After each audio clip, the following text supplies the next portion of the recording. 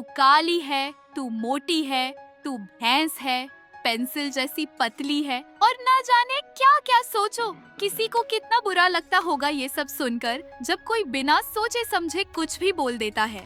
मैं वीणा और आज मैं एक ऐसी कहानी सुनाने वाली हूँ जो आपको सोचने पर मजबूर कर देगी।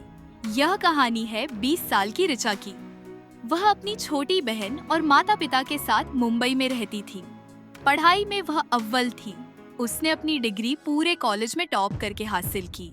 सब कुछ अच्छा ही था, लेकिन देखते ही देखते वह बहुत ज्यादा वजन बढ़ा चुकी थी। मोटी मोटी के ताने सुनते सुनते ऋचा बुरी तरह परेशान हो चुकी थी। अकेले में रोते रोते वह थक चुकी थी। माँ को उसकी फिक्र लगी रहती थी। उन्होंने सोचा कि शादी के बाद सब ठीक हो जाएगा। एक अच्छा सा लड़का देखकर उन्होंने उसकी शादी कर दी। ऋचा के पति का नाम आदित्य था।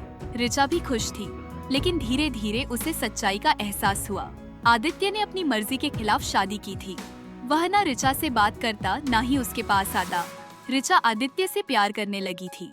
वह उसका बहुत ख्याल रखती थी, लेकिन आदित्य हमेशा उससे दूर ही रहता था। एक दिन आदित्य की बर्थडे पार्टी थी।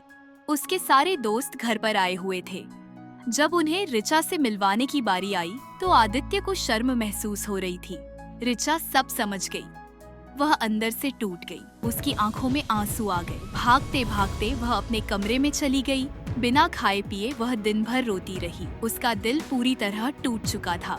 शाम हो गई। ऋचा ने मन में एक फैसला लिया। उसने अपनी बैग पैक की और घर छोड़ दिया। वह सीधे अपनी दोस्त के घर चली गई। ऋचा ने अपनी सारी कहानी अपनी दोस्त को सुनाई। फिर उसने हिम्मत बांधी और सबका सामना करने की ठान ली। इधर कंपनी बंद होने की वजह से आदित्य की नौकरी छूट गई। वह हर जगह नौकरी की तलाश कर रहा था। आज उसका एक बहुत बड़ा इंटरव्यू था। वह ऑफिस के केबिन में बैठा हुआ था। अचानक सामने से एक खूबसूरत लड़की आई। वह उसका इंटरव्यू लेने के लिए आई थी। जैसे ही आदित्य ने उसे देखा, वह हैरान रह गया। वह ऋचा थी। ऋचा अपनी मेहनत और काबिलियत से उस कंपनी की सीईओ बन चुकी थी। एक ही पल में आदित्य की पूरी जिंदगी उसकी आंखों के सामने घूम गई। उसे अपनी गलती का एहसास हुआ, क्योंकि उसने हमेशा ऋचा के बाहरी रूप को देखा था। उसकी असली खूबसूरती और टैलेंट को कभी नहीं पहचाना था। वह शर्मिंदा होकर चुपचाप वहाँ से चला गया। देखो दोस्तों, समाज ने सुंदरता के कुछ बेकार से पैमाने बना रखे हैं जिनका कोई मायने नहीं है। फिर भी हर कोई बॉलीवुड की हीरोइन की तरह दिखना चाहता है। क्या वाकई ये जरूरी है? बॉडी शेमिंग सिर्फ एक मजाक नहीं, बल्कि किसी की आत्मा को चोट पहुंचाने वाला जहर है। अब आपकी बारी।